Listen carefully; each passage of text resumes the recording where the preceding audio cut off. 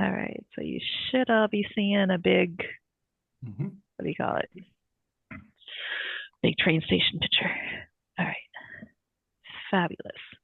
So just talking today about getting your gift officers on board with your prospect strategy, and I've sort of broken it out into sections. Um, First, thinking from the portfolio management perspective, then the change management perspective, and then relationship management. So a whole lot of management, right?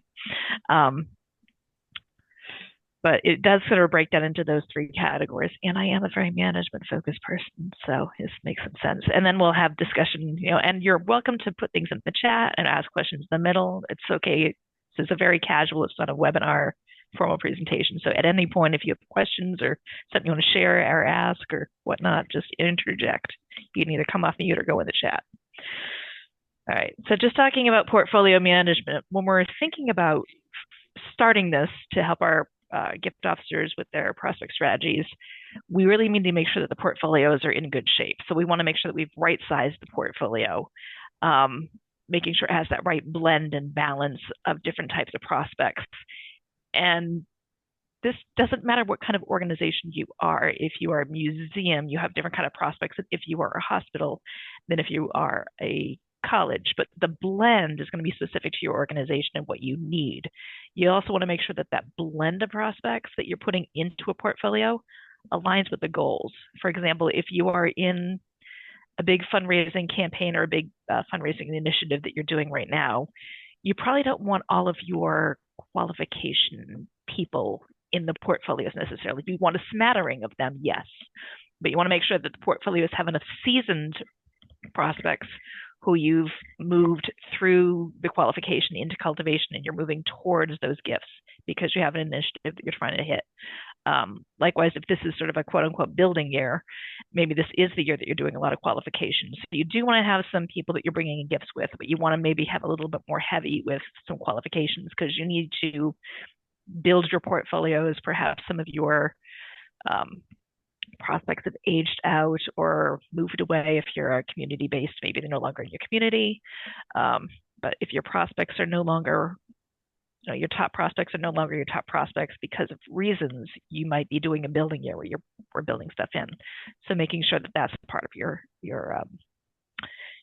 strategy for your portfolio and how you're managing it. And then you want them to be equitable. I've seen this happen so many places, and I'm sure folks here today have seen this happen as well, where everyone's portfolios look the same, which is great on paper. However, if you have a senior gift officer who's been with your organization for 5 years, that's a long time for a gift officer typically, they're going to have some pretty seasoned prospects in their portfolio. If you have someone who's been there a month, they're going to have a more challenge because they have to rebuild those relationships with people. They're new to the prospects. While the prospects aren't new to your organization, the gift officer is new to your prospect. And so they have to build those relationships and that trust again before they can get to the point where they're even thinking about asking for things like gifts and engagement or having them volunteer. So you don't want to overload them with the wrong kind of prospects based on who they are. But your senior gift officers need a slightly different portfolio than your junior gift officers. Senior meaning they've been there a long time, not senior meaning they're old. This is not an ageist thing. So you want to make sure that your portfolios are equitable. I mean, for each different gift officer, because you're all trying to get to the same goal, right? So you want to make sure that you're sort of setting up your team for success. Check the chat, nothing yet. Quiet group, everyone's eating their lunch. All right, so then talking about change management, I like the Kubler, I'm not sure if I say the name right, Kubler-Ross, I'm not really sure how it's pronounced. But I like this change curve. I also like one that's like there's one I have found online that's sort of the stages of grief, but it's based on Star Wars, and it was from from a newspaper or something, a New Yorker magazine or something. It was really funny. But same idea, where like when you're changing their portfolios, when you've adjusted their portfolio so that it works for what you're doing with your organization, it's working for the different types of gift officers that you have. Now you have to bring this to your gift officers and say, here's your new portfolio. And people don't like change. They just don't. Like, I like change more than most people, but I still don't like change. Like, I'm not, I still kind of tense up when I'm like, what are you changing? Don't move my cheese.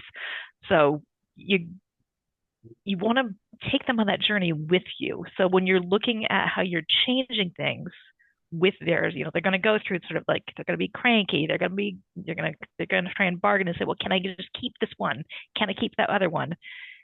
And you have to explain to them the reasons why you've made the changes to their portfolio. Because if you just say, here's your new portfolio, go forth and conquer, they're going to be resentful. And they're going to be resentful of you because you're the one who did this to them, right? You did this to me.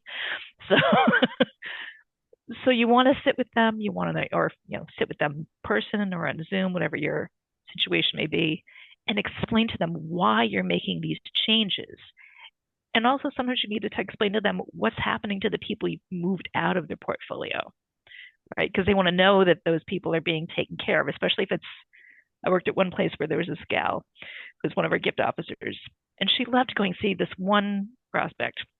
This one prospect was a senior woman. She was unmarried. She didn't have children. She had a lot of cats, and she baked really good cookies, right? And she always had a great time visiting with her. It was I'm in the New England area, so she was coming from like the Massachusetts area down to New York, and this woman was on the way, and she'd stop and have the good cookies and have a great conversation, but nothing was coming of it. And no gift was going to come. There wasn't going to be her. She wasn't going to volunteer. She wasn't going to join a board. Nothing like that was going to happen. But it was a great visit, lots of good cultivation, lots of good engagement.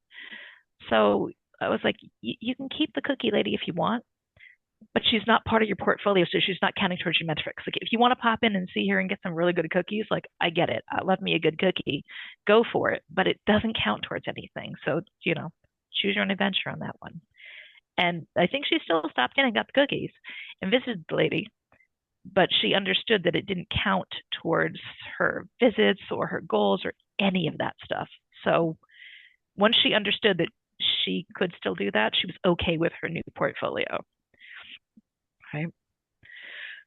A little bit on change management. Any questions, thoughts, concerns?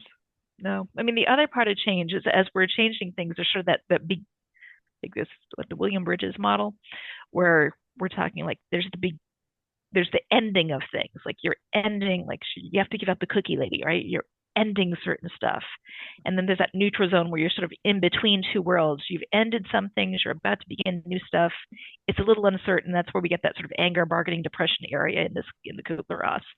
Because I like to layer those two things on top of each other, the William Bridges model and the Kubler-Ross.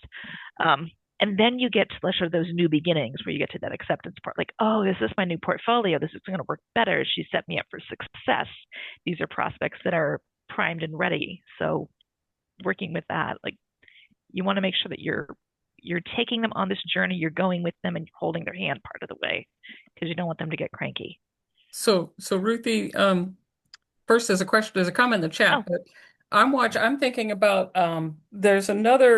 when I took leadership training, there's another discipline of the stages of company development. And stage one is who am I? Stage two are who are you? Stage three is who are we? mm-hmm. Stage four is where are we going? Right? And then stage five is we're fantastic, right? Yeah. And so if I'm a gift officer and I'm like, I know who I am, right? And I know what my story is and I know what I'm doing and nobody should question that, then you never get through stage two. Who are you to tell me who my prospect should be? And so the question is, how do I frame this in a way? First thing is as a manager, I learned a lot about when somebody gets angry with me when I tell them that their job is about to change somehow. it it's it's the same reaction that I have when I hear that my job is about to change, right? So I just let them have the feelings and then they can let them go sleep on it. You know what I mean? I don't say, Yep. now you go sleep on it and feel better tomorrow. It's more like, I understand your initial reaction. That was mine too when my job changed, right? And that helps with empathy and stuff. Do you know what I mean? Yeah. Yeah. Yeah. No, that makes perfect sense. Yeah. And there's a couple of comments in the chat if you want me to read All them right. to you or you want to pick them up. No, I got them. So we got Sabine asking, my organization's development officer portfolios are only built on geography, so there's no donor overlap. I'm wondering how common that is. And yep, Sarah's already answering. Some people are already saying, like, yeah, we based on geography. Yep. Geography works to a point, and then you have to do that when when I was talking about how you manage the portfolios, you have to think about the equity. When I worked someplace where we were breaking up by geography, the person who had New York City and Boston had a way better portfolio than the person who had Texas. We were a Northeast-based organization I was working for at that time. So a lot of our best prospects were in New York City and Boston and wealthiest. Not as many in Texas because most people hadn't moved to that state. Like there were some, yes, but not a lot. So we had to say, well, the person who was Texas, we also need to give them either a better state or change their metrics so that when we're measuring how well they're doing, it's reasonable for them based on the portfolio that they had. So there is that when you do geography. I've also worked someplace where the geography didn't matter and it was sort of like a choose your own adventure, free for all. People had prospects all over the place, and I found that made them competitive. It's sort of, you'd say, oh, I have a great new prospect. And then everyone would sort of play tug of war with them and say, well, I should have them because of reasons. And someone else, well, I should have them because I have better reasons. And then, of course, someone else would come in, well, I should have them because I have the best title and the most important person here. So having parameters for how you decide who gets who, be it geography or for larger, say, universities where it's broken up, like I get everyone from law school, I get everyone from the engineering school, that kind of thing. That helps. Definitely. So yeah. Oh, we have another question here. How long do you keep a prospect in a portfolio before moving them to someone else, assuming no cultivation visits or gifts? It's Rebecca. Two schools of thought on that personally, and I'm sure other people, if you have schools of thought, it's in the chat. You can chat or you can come off mute if you want. If there's been no contact, like if this person's just been ghosting, like you're sending out emails and phone calls and sent a raven and smoke signals and all the things that you could possibly do, Pony Express, and there's just no response, the timing might be off, or they're trying to subtly give you a hint and you don't know which one it is because there's no communication. So sometimes you just have to give them a pause, give them a cycle whether it's a month, a quarter, a year, whatever works for your organization. Code them as something like non-responsive, but review them after whatever that period of time is, and then bring them back into the fold to see if maybe now is a better response time for them. And the other school of thought is, like if they're not responding, see if someone else has better luck with them, because maybe they're not responding because your name looks like someone they did not like in high school, or which these are things that, these are real reasons. Or I worked at an all-women's college at one point, and there were certain alumna who would not respond if a man reached out to them. They only wanted to speak with a woman because it was a women's college. It was a thing.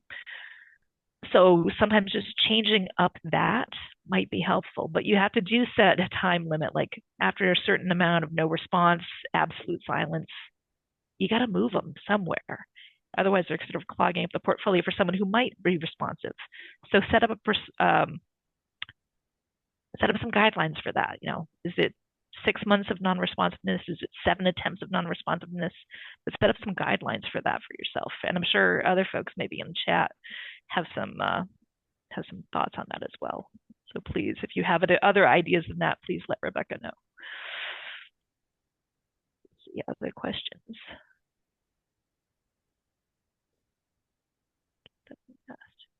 I think that's the thing that we get stuck in, right? That we end up being the consequence people and not the support people. So you're talking about how do we help gift officers understand that this is good for them?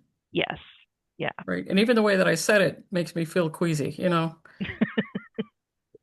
Yeah. And then how do we give them room to go through it? And they're going to go straight to whoever's going to give them what they want. So they're going to go straight to their boss and say, and like you said, I'm entitled for some reason. Mm-hmm. And that frustrates me because people who pull rank, just like I did at the start of this webinar, people who pull rank, demand prospects and demand to own the prospects. And then and then you're like, you didn't go see them. I actually sat with a college president where the way that I motivated him to actually make his phone calls was I showed him a report of his calls, my calls, and our vice president's calls, and he looked bad. Mm. And that mattered to him, right? So the next week when we met again, he had done his calls. You know what I mean? But how do we figure out what the motivator is? And then how much of that is our problem? Exactly. I'm actually going to go to the next slide. maybe. Yes. Yeah. So I think that like what you're talking about, Marianne, goes into like sort of like how do we build those relationships with our gift officers where we're not being punitive, we are not the police, we aren't, telling them what they can't do. And I think it's important to also just like go on the journey with them, like explain why we're doing anything in the first place. Why are we changing things? Why is this beneficial to them? What's in it for them? Like, why would they want to go through this change from one style of portfolio or one size of portfolio or one arrangement to another? Like, why is this beneficial to them? Because if they understand that we're bringing them on, we're here to help them. We're going on this journey with them. We're trying to help, create something that's more advantageous, both for them as the gifted officer and for the organization as a whole, because we are all mission based. So it's not all about us; it's about the mission, right? I think if they understand the why and the what's in it for them, it's a little easier to digest. I mean, some people still are just like, no, I want what I want. And, those people are out there. We've all worked with them. But I think the majority of people are reasonable enough that if we explain why we're doing something and what the benefit is to them, they'll come to understand that we're here to be their partners. We're not here to be we're not policing them. We're not telling them what to do. We're not being, in any way disciplinary with our behaviors and our actions and our decisions for them. But I see that there's a lot happening in the chat and I've lost track. So if you see questions, Marianne, just pull them out. But as we're managing the relationship with them, like how are we building this buy-in above and beyond just talking about like what's in it for them and why are we doing these changes? I mean, we have to be really clear with how we're talking with them. Very, very, I tend to be very frank. That doesn't always work for everyone. So if I know someone doesn't like frankness, is that a word? Yeah. I try to cushion the blow a little bit. I can be very blunt and I understand that. And for me, that works. If you want to talk to me, be very blunt. But it doesn't work sometimes for gift officers. They find that I feel more like a hammer when I'm talking than someone they're having a conversation with. They get that. So just understanding who they are and trying to mirror back what they seem to want conversationally, listen to what they're saying. And then a big one for me is like about feedback. Like you have to be able to give them the feedback about their portfolio, but then hear what they have to tell you about what you're doing. So if they're saying, this is great, but this is too much, this is too this is too that, like, okay, I hear what you're saying. Now let me adjust how I'm approaching what I'm doing with your portfolio so that we both can be happy with this. Let's compromise and find the middle ground if there is a middle ground to be found. Like sometimes from a project management perspective, you just have to do what you have to do because there's someone higher up the food chain telling you this and you don't have a lot of choices. But if you do have some choice and some wiggle room, you can make accommodations for people. And it helps with that, relationship building piece. If they see that you're willing to compromise on a couple of things, like, yes, you can keep the cookie lady. She's not going to count as your metrics, but you can still go see her. Like there's value in going to see the cookie lady because she's an alumna, because she loves the organization, because she has classmates she's talking to. I think that was a reasonable accommodation for that one particular incident. And I've made lots of accommodations with gift officers over the years, but that was the one that stands out to me because, I mean, the gal just always talked about these cookies that she never brought me, by the way, never brought me a cookie. I just heard about these fabulous cookies. So I have to take her word for it. One of the comments that I think that went past is I sometimes hear that people who give without being asked do not need to be in a portfolio. And then there's lots of discussion around that. Do you have anything to add? Personally, if someone's giving at a level that brings them to your attention, I would try to put them in a portfolio because sometimes it's just they're flagging. Think of it like flagging in a cab. And if the cabs keep driving by you, when that one that finally stops, you're going to be really appreciative. So if we're the one organization that finally says, "Hey, you've been giving at this level. Let's meet with you. Let's talk. Like, what is it about our organization that you love? What is it about our organization that's interesting to you? And we appreciate the support, but let's talk about like why us? Why now?" They're going to like that attention typically. And then from there, you can decide once someone's reached out and spoken with them, like, should they really be in a portfolio, or is this just like if they've sort of given like a one-time big gift, maybe that's all they're going to give. If they're a consistent donor, maybe we now know to move them to planned giving. But someone who's reaching out and giving on a regular basis, I think they deserve attention personally. I mean, and I know we can't give every single person attention. Some of us have huge databases full of people, thousands and thousands and tens of thousands of people. But if you have the choice, these are people who've made time and effort and supported your cause. It's awfully nice if someone reaches out to them, even if it's, a volunteer. But then that volunteer might elevate them and say, you know what, this one might be a really good annual fund, or a really good, like, they might be something there. Let someone else see them. So I don't know. I wouldn't want to miss the opportunity to have somebody sort of, as they waved their hand at you, if you don't want to miss that opportunity, that they might become your next big donor, or your next great volunteer, or your next head of your board. You never know who they're going to become. So, Amelia, I hope, Amelia, you'll unmute and join us. I have experienced both sides of the relationship management. I have a development officer who finds value in my work as their assigned PMPR, and one who's a lone wolf and not willing to communicate portfolio changes. But I'm slowly breaking the ice with the lone wolf by doing quarterly reach out with 5 new prospects. Is that like a bait? I don't know. Yeah, it's like a bait, because I know that this development officer is working their portfolio. They just don't like to use Razor's Edge NXT to put their actions, Mhm. um, which is another bridge that we're slowly crossing. But yes, it's like enticing them and showing, hey, I know that we haven't talked in a while, but here's some new prospects. Do you have any updates for me? And if you're interested, I can assign them as primary or discovery. So yeah, I try to do the cookie thing, I guess, in a way. Nice. Yeah. The one thing I also do with people who really don't want to put their actions into a database, whether it's actions in Razor's Edge, whether it's contacts in a different database, whatever we call them, but they don't they don't record what happened when they met with someone in your database. I don't move the prospect forward.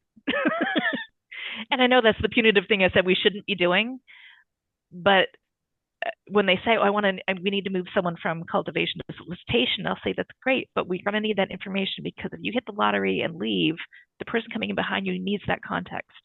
So please put that in. Once it's in, I'll move them forward for you. Absolutely no problem. So it's a little bit punitive, but it tries to encourage them to put stuff in. It doesn't always work, I'll be honest with you, but it's worth a try. It works with some people some of the time. So you might want to try something like that with your lone wolf familia, maybe just to see if they'll put some of those contacts into those Yes, interactions into there. It's worth a shot. definitely. Thank you. All right. I only had one more discussion-y slide, and it really truly is discussion-y. It was just like this. So in thinking about how I've worked to get my gift officers on board with my prospect strategy, there's always that one first person who gets what I'm doing. I'm going to call her out by name. I don't even know if she's on the call. There's a woman I worked with in 2 different organizations. Her name is Diane Friedland. If you have the opportunity to meet her or know her, she's fantastic. But here's a fun story. There were a bunch of us sitting in cubicles and we didn't all work on the same sort of quote unquote team necessarily, but we were seated in the same area because that's the way this office was. And a man came over to talk with her about something totally different than what I was working on. And I could hear them because we were all so close together. And I turned around and said something because I'm like, oh, you should look this up because, and I was sitting on my computer looking up like, see, here it is.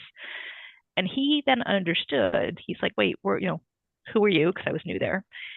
And I told him who I was and that I had a background in prospect research, and he understood what that meant. And so the 3 of us powwowed and found some strategies for some people he was trying to meet that he'd come over to talk to her about.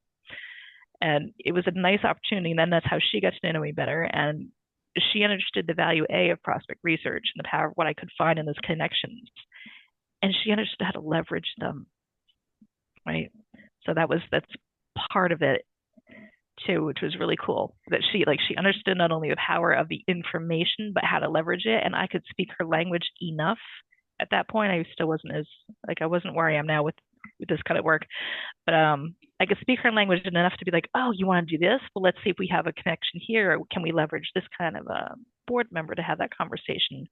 Or how do you get in front of this person? So creating those strategies in a very casual way was kind of helpful for her. And then we brought that to be more formal in meetings. But sometimes it happens very organically, like sort of over a water cooler, if you will. Haha, water cooler chat. But sometimes it happens organically, and sometimes it happens like in a meeting, very formal. You've brought an agenda with things you want to talk about, but it happens in strange spaces at times. And if you find that person who gets what you're doing with the strategy, have them talk to other people. Use that as an example. Say, this person, Diane, she had great luck doing these things that we talked about. She's gone on to do other stuff, because when someone sees them having success, they're going to want that success too. So they'll want a piece of that magic that you have to offer. So don't be afraid to sort of toot your own horn, but by raising the successes that other people have had with the work that you're doing with them.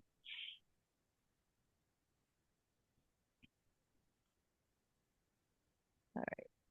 Are there any other questions in the chat? It looks really busy and I can't even read it. And people are taking us seriously that this is a meeting, and I really love them for this. So Aaron is responding to Rebecca. We use a process until a 9-4-2 process until we remove a constituent from a portfolio. Over 9 months, 4 attempts using at least 2 different methods. Now, this is a way of getting around the, but you don't understand because, right?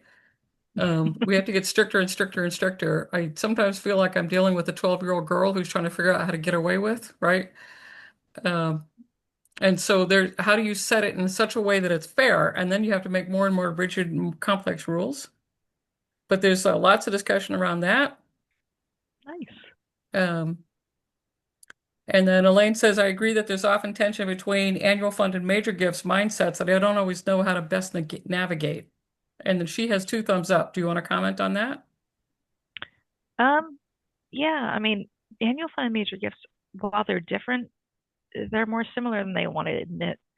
It's just the time frame is different and the type of relationship building is different. But the end goal is the same. Like, we're working with our constituents towards a goal so that they can engage with our organization and they can be philanthropic in a way that's meaningful to them. But annual fund does it faster and shorter, and they don't quite go as deep with the relationship building. I think where the tension between those 2 mindsets comes in is when you get closer to the top of that annual fund level giving and the lower end of that major gift end of giving. Like, is one group going to lose some of their prospects to the other group because those major gift prospects aren't giving at the major gift level quite yet? And if we bump them down, do we quote unquote lose them forever? And same with annual fund. Like, is major gifts going to steal our best prospects, and then we're stuck with the sort of the mid-level folks instead of our top tier annual fund giving? And it's always been weird. I've always thought that those two, like, when you're working at that sort of edge of those 2 groups, it should be a slightly different model, and those 2 teams should work together, which I know like flies in the face of how we structure our organizations. Like, now there's a major gift team and an annual fund team, and neither of the 2 shall play together. Like, but they should play together, especially near that area where they sort of share a space around donors who kind of are giving in the same way, but some are more major gifts and some are more annual. And I think there's some space there for trailblazing in this industry to create programming around that. I know some places have tried creating programming around that, but they're trying to, they'll call it something else, special gifts or annual fund leadership gifts. It doesn't matter what you call it, but they try to model it after either annual fund or major gifts, and they're not creating the hybrid of what it really should be. So, but then it means you have to add a staff member to manage that process, right? So, and I know in the current climate, adding staff for some people is not an option right now. A lot of folks, unfortunately, are losing staff. So Madeline also adds that you're also losing donors if there's no soft annual giving ask. Yeah. to say that an MGO tries over 9 months with no luck, with no annual giving appeals or really soft ones, we can lose the donor. No, Yeah. when I was at Cornell, it was the annual giving director who was pushing that agenda. I didn't like prospect, well, we didn't prospect management until later, but it didn't have to push that. Mm-hmm. Yeah. Yeah, and then Madeline's like, well, if you're putting somebody in a major gift portfolio, how many people here it automatically removes them from the annual giving pool? Hmm. Yeah, and Yeah. that's the question, right? So But um should it? I mean, it again, here's shouldn't, yeah, if they're getting the major gift portfolio, is a gift officer, so a gift officer gets assigned somewhere between 75 and 450 prospects. Do they have to ask all of them for an annual fund gift? Right? And then you get stuck on that. And all of a sudden, so I'm giving you these great money and I'm wealthy and you know I'm wealthy because you said so. And then all of a sudden you stop asking me for money. So I hear that. I hear that, Madeline. That would annoy me. yeah. But I also think you need, like, that's where it comes in, where you have to create a strategy around your prospects. And this is why smaller portfolios are better, because if your portfolio is 100 major gift prospects or more, creating a 100 strategy doesn't work. But if it's 50, you can do that. Yeah. And if you have your 50, and I'm going to advocate for 50 as a good sized major gift prospect portfolio, you can create 50 strategies around people, which include things like, how are we going to make sure that there's some annual fund giving? Because I don't think you have to lose annual fund. Like, it's not an either or necessarily with annual fund and major gifts, and it shouldn't be. Sometimes it's a, you know, for now, like for now, your major gift prospect might be giving some annual fund gifts, but you're building them towards the major gifts. So it's not like it's taking away, like, this isn't a pie and you only get a certain slice, right? I mean, it kind of is, because money is money, but if we keep thinking of it as something super finite in how we're approaching it, we're losing the thread. These are people who care about our organization. So yes, they might give a little bit each year as an annual fund gift in a major gift prospect portfolio. But then when you ask them for that bigger gift, you might not have them give an annual fund gift for a year or two because they're making the big gift. So it's not taking away, they're just elevating their giving for a couple of years to give the major gift and then maybe go right back to some annual fund giving. Like, I don't think they're exclusive things from one another. I think we have to integrate them together. Again, this is not what probably a major gift director or an annual fund director would want to hear necessarily, but I don't think I'm wrong.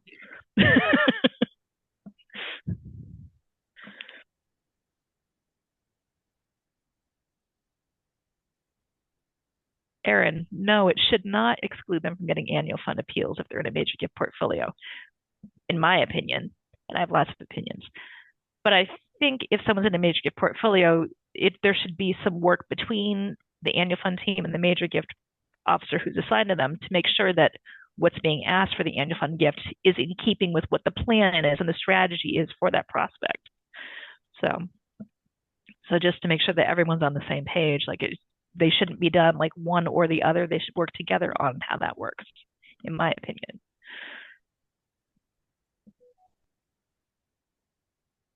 Would I clarify my statement around 50 prospects in portfolio? Sure. So historically, portfolios were massive, right? I've worked with places where the portfolios were like 400 plus. Whew, big mistake. And one human being cannot manage 400 relationships on top of their children, their spouse, their siblings, their parents, their friends, their dentist, their car mechanic. It's just too much. And there's writings about this. Robin Dunbar is was my go-to person, has done a lot of work on this. And then Dunbar's number, which suggests that like 150 is the total number of relationships that you can have, where you could bump into any one of those 150 people on the street and be able to say, hey, let's go get a cup of coffee or something stronger. And they would go with you and you'd have a nice time having that conversation over that cocktail or that coffee. With that in mind, a portfolio of 150 is still too big, right? Because Robin's talking about all your relationships. So your college roommate, your friends from grade school, anyone who you might be bumping into in that perspective. So I look at something a lot less than that, and also take into consideration how much work each relationship is. So I veer towards, for a while I was veering between like 50 and 75, but I think 50 is probably my happier space now, which again, um, someone who runs your major gift program may not agree with that number. They might think it's too small. Um, okay, so they can go to 75, but 100 or more is just, it's too much for one person to handle, to be able to build quality relationships with people and be able to then, leverage what they're building in a relationship towards the benefit of the organization. But you have to understand these people, who they are, what they want for themselves, what they care about your organization. You can't just go in cold turkey and be like, hey, have 100K for our organization. Like, it used to work that way 40 years ago. It does not work that way now. They need more relationship building. So portfolios I think, should be getting smaller, which again, major gift office directors will not agree with me on that. I'm sure. Well, you also have a startled audience attendant member. Lois says, "Can you clarify your statement around the 50 prospects in a portfolio, please?" Yeah, that's what I was talking about. Like, why it should be 50. So you got that. Yeah. Okay, there's lots of discussion about annual fund. Oh, and she appreciates the clarity. And I agree with Elaine, kind of a tug of war between long-term fundraising goals and short-term cash needs. Mm-hmm. Okay, how might you help support a fundraiser who is transitioning from an independent contributor to a manager of a fundraising team? I've run into a few challenges. The portfolio is too large, responds to change as a fundraiser, then as a leader, and I need this person to shift. Oh, I was doing that with the client not long ago. I said, that's your delegation skill that you're picking up now. And he just gave me a look, but he thought about it. Yeah, I mean, how would you support that fundraiser who's transitioning? Greg is nodding. We never let Yeah, him talk. I was going to say one of the things I've seen in trying to get portfolios down from, the 400 to a manageable number is the fear of development officers that they are going to lose quote unquote credit for a gift that comes in. And that's a big issue with credit. I mean, once you start getting it kind of understood that you're going to run metrics on gift officers, the fear is that, well, what if one of those 400 that I haven't seen in 5 years suddenly decides to make $1 million gift to the institution? I'm not going to get credit for that. So I think giving development officers an understanding of why these portfolios are being right-sized is very important. Yeah, and I've worked with organizations where the gift officer asked the prospect to be assigned to him after the prospect made that gift. And so when I was able to show the pattern to management, it helped them with management, essentially. But yeah, the fear of missing out on the credit for the gift, it's like, well, you've got that whole piece where you were cultivating that prospect all this time. But if you never spoke to the prospect, you don't get credit for the gift anyway. And isn't that the what do you think, Greg and Ruthie? How did we get to that place where it's like if the gift came in and my name's stamped on that person, I totally own it. You know what I mean? Mm-hmm. Yeah. I've always, again, lots of opinions. I've always had an issue with the idea of credit for gifts because it's not a one person show, right? Annual funds and working with them. Let's give a shout out to Prospect Research, who probably found them and gave you all the information on them in the first place, right? But annual funds work with them to get small annual fund gifts over the years. They might have come to events, so your events person has worked with them. Maybe they're a member, so your membership people have worked with them. Like, it is a team effort. Yes, while you were managing a prospect, a big gift came in. But you weren't the only reason there's a few instances where you are, but you weren't the only reason that gift came in. And they're not necessarily giving because of you being the gift officer. They're giving because of the organization, because of what matters to them. Right. And we lose sight of that. So the idea of credit has always sort of irked me a little bit. I understand why we use it as a metric, but I've always been grouchy about it. But I'm also not a frontline fundraiser, so it's not something I've been measured on. And I think if I were measured on it, I would probably appreciate having credit for the gifts. Yeah, But and it came so in under and my tenure. Amelia reminds us, is shared credit not usual? And so I've been in systems where there's the primary manager, and then Mhm. there's the additional solicitors. And so when the gift comes in, everybody gets the credit. You know what I mean? Mhm. Yeah. But the credit, Yeah, I think the biggest issue with that is simply a logistical, um, how do we make sure that people just aren't throwing their name onto a prospect I've seen as a that too. secondary solicitor just Yeah. because they had a cup of coffee with the person 5 years ago in an airport or something like that? I mean, that was a real issue I had in one shop that if it looked like someone was going to make a major gift, all of a sudden there would be people scrambling to try and be on their secondary solicitor list because they want it. And I think a lot of that is explaining why we do metrics and what the metrics are for. This is not a hey Lisa. I was about to say yes, FA does have joint solicitor credit. Um, and many places I've worked at have joint solicitor credit, but I think you have to be careful as to the reasons why you're doing that. Um, And you're you know, mentioning it's that a, because you're the database man who has to clean all that up when the gift falls through, and nobody wants yeah, to be because the then you secondary. have a different type of FOMO. People are afraid of missing out on getting that credit for Yeah. the gift that a gift for someone they talked to a long time ago. Hmm. yep. Um, so yeah. I Well, remember when I was in college, I was a what's a modern expression for chambermaid? Housekeeper? Sorry, I'm making you guys laugh because at the time I was called a chambermaid. Anyway, and so there would be I would work all week, and then there would be a tip in the room Saturday morning when the guy checked out. And so the person who worked on the weekend got my tips. You know what I mean? mm, And yep. tough. Yep. Oh, but there's some places like I've seen in a restaurant setting where all the tips go into a bucket, and then everyone, including the busboy, the dishwasher, and the cook, divide them equally. So there are ways to divvy up credit, aka tips in that case, where it's a little more fair, and everyone gets a little piece because everyone contributed. Like the dishes were clean, the food was cooked, the table was cleaned, all that sort of stuff.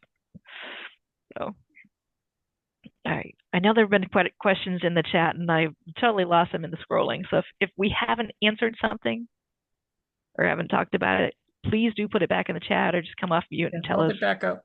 Yeah, because we've the chat's been great and lively, but it's hard to keep up with because y'all are just so awesome.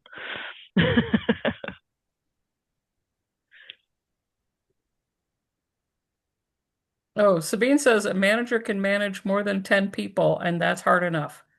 Mm, Yeah, one of the things that Cornell did when the 2009 economic crisis came through, Cornell hired a consulting firm to help figure out how to make the university more efficient.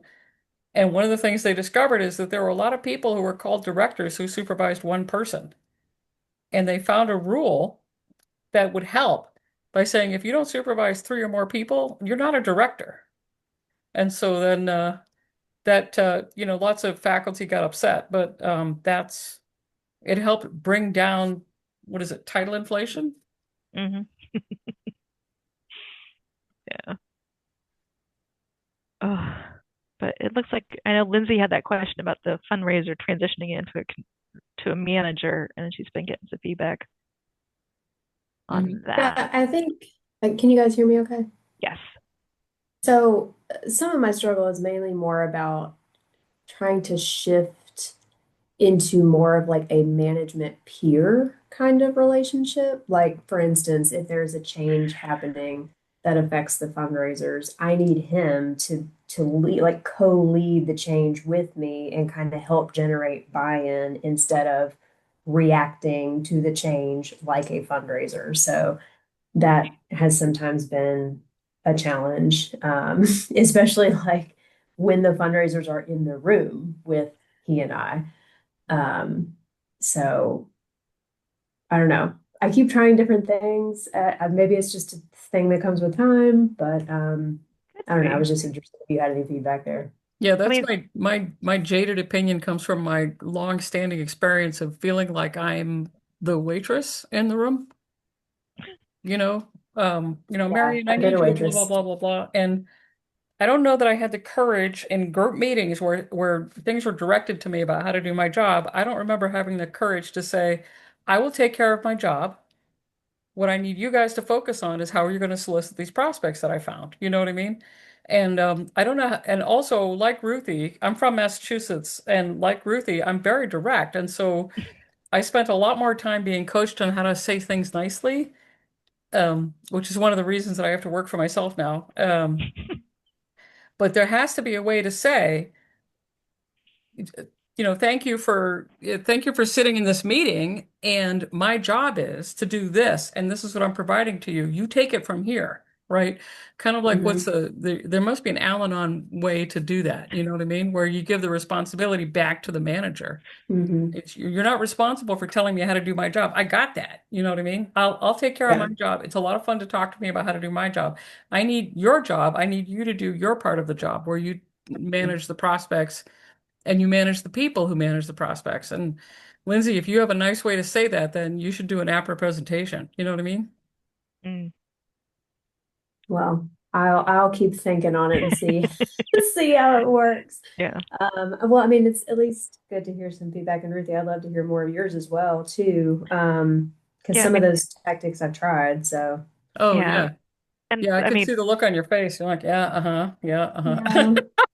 I Well, mean, I'm on the right track, so Right, that's right. good. Well, and yeah. that's the other thing, right? So the question is what do you need to do for yourself so that you can persist?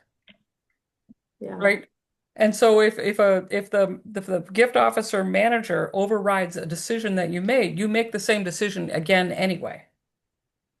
Right. And then when you start getting into trouble, you can ask, what did you bring me here for? If it was not to do this, this is my job description.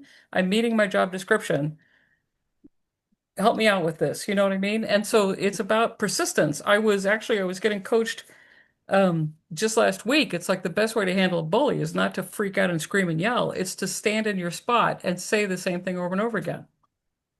My job Yeah. is to deliver the prospects to you. I'm going to let you do that part. I'm going to let you do that part. I'm going to let you do that part, and then thank you. I've got my job.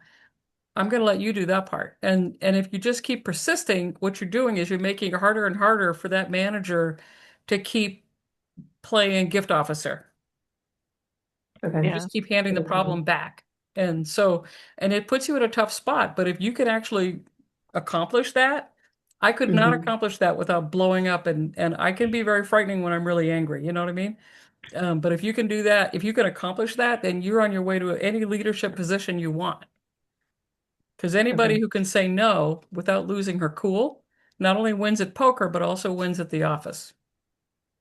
Well, I need to pick up poker then. Yes. Oh, Maybe it'll yeah. be some more Actually, practice. I actually wrote an article years ago why women should play poker. One of them is to learn how to stiff somebody while smiling at them. You know what I mean? All right. Going Not to that we should Google have more right of that. now.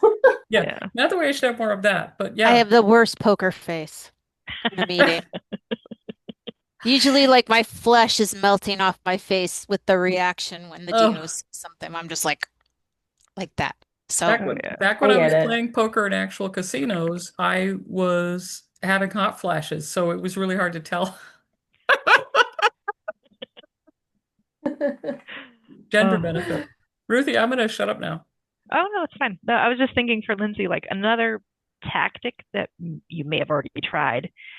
Um, I would guess you've already tried probably because this is like my first instinct is like just sit this person down and have like a heart-to-heart meeting with them about the work that you both are trying to do and how you're trying to form that partnership with them. If that doesn't work, maybe you need a third person in the room to sort of like translate from one to the other, like what they're hearing you say versus what you think you're saying. Like, because I have that problem sometimes, where I think I'm being very clear, but how they're hearing it is not what I think I'm saying. So maybe there needs to be like a mediator. Sounds like it's going to be sort of a loss, like some sort of a divorce situation, but a person in the room maybe with some management training who can help you, work, like come together as a team so you can partner with them. Like there might be some opportunity for that. And if your organization doesn't have the money to hire someone in to do that, like maybe there's someone in the organization who's just really good at that and could just come and help with that sort of thing. Because that's what you're really trying to do, is like coordinate with this person so that you're on the same page moving forward, and they're transitioning out of that like frontline fundraising, independent fundraiser position to manage their team and manage it well with your assistance and your partnership to do so. So like you're moving in the right direction. They just might not understand what direction you're trying to move in with them for whatever reasons, for whatever lens that they're seeing this through, because they're coming at it from a different angle. So rather than like, smacking your head against the wall, you're like, maybe I just need someone else who hears things differently, because you're seeing it through your lens, they're seeing it through their lens, and maybe you just need a third person to be like, okay, I hear what you're both saying, but here's where you both need to get to. Okay.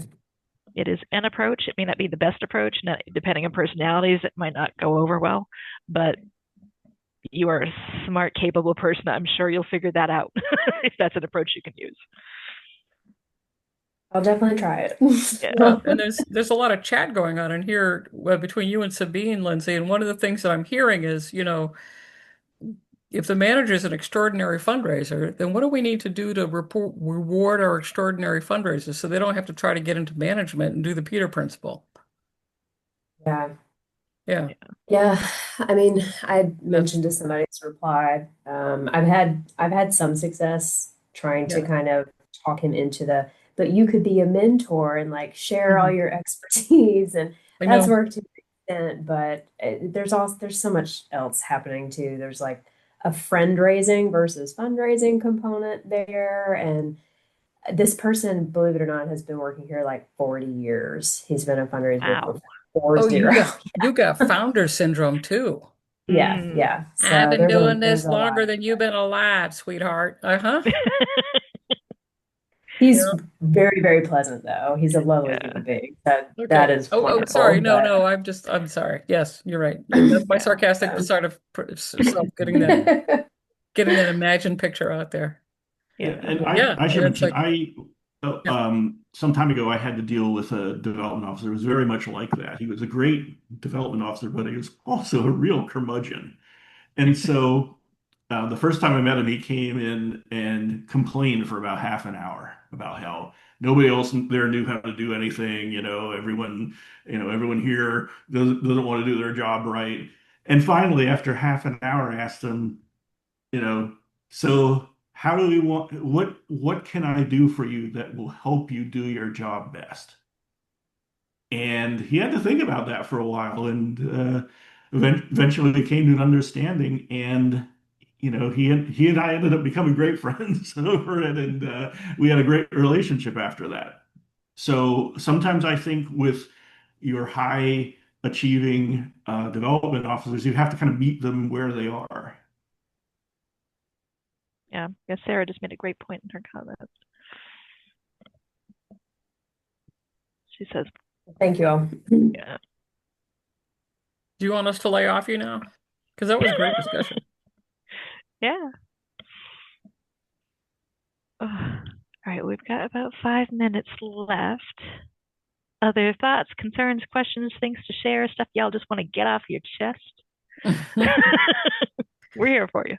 Do we have a couple of minutes to talk about so I'm the saleswoman. Do we have a couple of minutes to talk about the FIT conference? Absolutely. And also, for those of you who are eager for Ruthie's book, thanks, Valerie. For those of you who are eager for Ruthie's book, if you did the pre-purchase, we are going to get that book to you. We have a set of emails ready to go. We got the book. Marianne's on her way to Springfield to have Ruthie sign them. We have those ready to go. So you'll be getting notices, kind of like road trip notices. And then Right now, if you want a copy of the book that does not have the bonus material in it, the postcard and Ruthie's signature, you can go straight to Amazon and pick it up right now, especially if you have an Amazon card. What is it? Gift card from for doing speaking engagements. I love those. And then also, when you get the book and if you love it, but you really want to come, thank you, Ruthie, you can come to our There we go. conference. Yeah, we can come to our conference that is coming up October 13 and 14. We positioned it in Springfield, not only because that's what Ruthie wants, and she's the one who attracts the students, but also because it's an easy train ride from New York. It's a taxi ride from the Connecticut airport. And you can tell your boss, no, Springfield is not the kind of place where you have to worry about me going out and playing because there's not a lot going on beyond the Basketball Museum of Fame and an itty bitty casino. So, um, however, we make the food good. So just know that. Yes. And our upcoming water cooler chat is on me, mid-year analysis for successful fundraising. I'm going to be talking geek out, and Greg, I might be asking Greg to help me because it's always fun when Greg and I get together and foment ideas. And argue about whether you can use Excel for everything.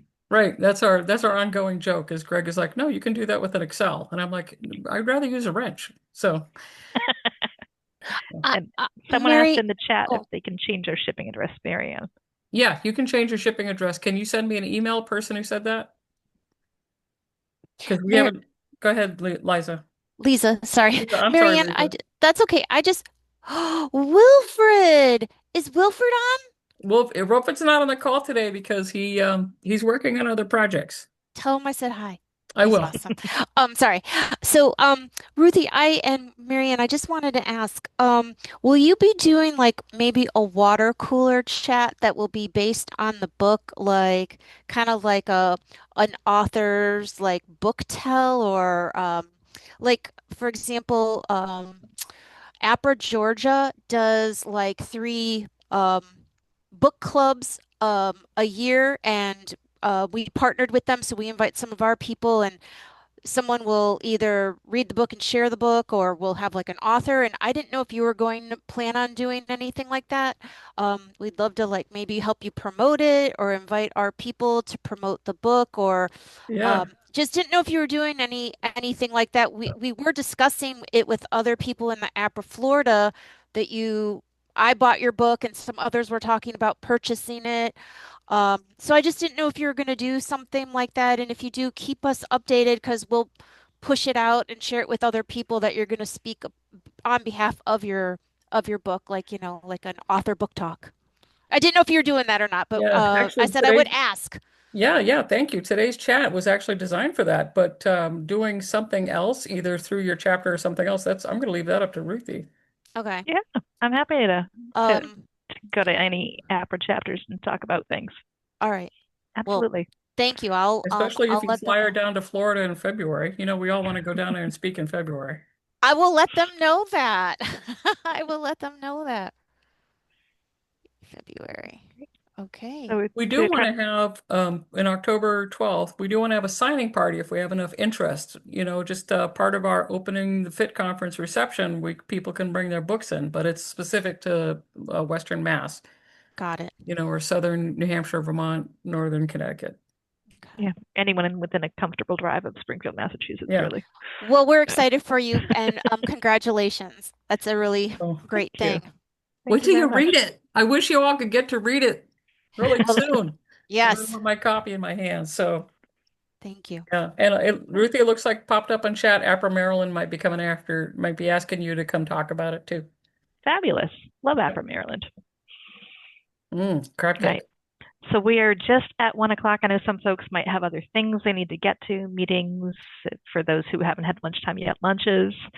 But trying to be mindful of time. I think Marianne, Greg, and I will hang out here for a little bit. But otherwise, thank you all for coming today. You guys have been great. The chat was fabulous. And hopefully everyone got a little something they can use when they get back to work. Mhm. Yeah, thanks, everyone. Mhm. Yeah, I love that the metrics is still a point of frustration. We agree, Wow. Erin. I can't wait for our books to arrive either. I think I said that 50 times. How you doing, Jason? Yeah. Unmute. Hi, how's it going? Good. Did we just overwhelm you? That's a usual curious look. I shouldn't. I'm doing like multiple things at once, so Oh, imagine that. uh, Hey, Christy. yeah, Haven't seen you in a while. yeah. Adrian. Christy, Adrian, and Nancy, they are at lunch. We Oh always have my. somebody who sort of ends up staying on the call. Yep. It Oh, happens. Thanks, Oh, Adrian. Adrian's still there. all Oh, right. Adrian's here. Yep. All See you right. So, later. Jason, we're going to talk to you later about our other opportunities. Other opportunity, yeah, the one that Yeah. we're working on, right? Yep. Do you have any progress on that, or I do not. Do you? You just sent the contract yesterday. well, I sent the proposal, but Yeah. the our contract you were Right, looking. right. That's tomorrow. I'm sorry. No worries. Okay. Then We're if expanding into they Canada, Ruthie, and Greg already knows. But oh, Ruthie already knows. Yeah, Greg, I we're know. expanding into Canada. I got to remember which one of you I got to tell. To our yeah, Canadian partner, Jason. so we're Roman's away this week, Okay. so the decision probably will be made next week, I'm Oh, okay. guessing, So you and I have time to work on some stuff. and then the contract I'll send once they say yay in a PDF form. Hmm. And so we're just kind of waiting on that. Okay. So yeah. Great. If you have Adobe Acrobat and you pay extra for it, you can also use Adobe Acrobat to get the signatures so that they don't have to print it out, copy, sign it, and then scan it back to you. You can save them the trouble. I don't know. I think I just Yeah. had the free one. So If you just have the free one, then never mind what I said. it's like the bare bones, what do you call it? The bare bones structure Hmm. or operation, running Yeah. lean. That's it, lean. We Lean. run, Yep, Yep. Efficient. yeah, You are not wasting your client's money on fancy doodads. no. that's right. So I think Cindy misunderstood when the meeting was because she just showed Oh up. no. No, no.